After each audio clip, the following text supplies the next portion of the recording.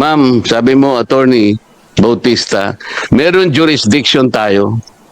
How come that we have a jurisdiction but we cannot do anything about it? So this is an empty jurisdiction. Opo. Sa RA 10175 po kasi, or the Cybercrime Prevention Act, meron po kasi tayong jurisdiction over, for example po, in this case, pag yung na-damage na tao ay nasa Pilipinas, depende po kasi yan kung magkakaroon po ng kaso against the person, tapos yung pong subject nasa ibang bansa. Yun lang po, magkakaroon po ng proseso na magkakaroon ng filing of cases over the person na nasa ibang bansa. Yun nga lang po, magkakaroon ng iba na namang pag-uusap if may implement po yung kung ano man yung kailangan nating mechanism na para Bakit sa dalawang pagkakataon nagawa namin? Dahil lamang sa pagsisikap namin na hindi mamislead ang tao, kami na ang gumawa. Ito po ang paraan, alam nyo naman eh. I-report ng user sa Meta sa Singapore.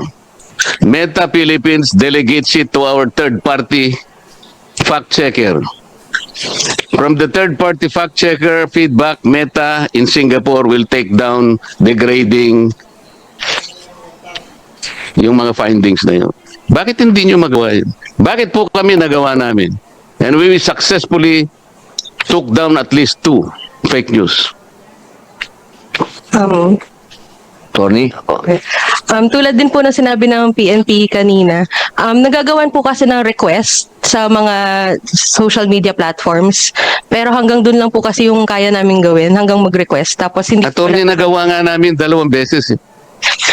The question is, how come we did it before you can do it?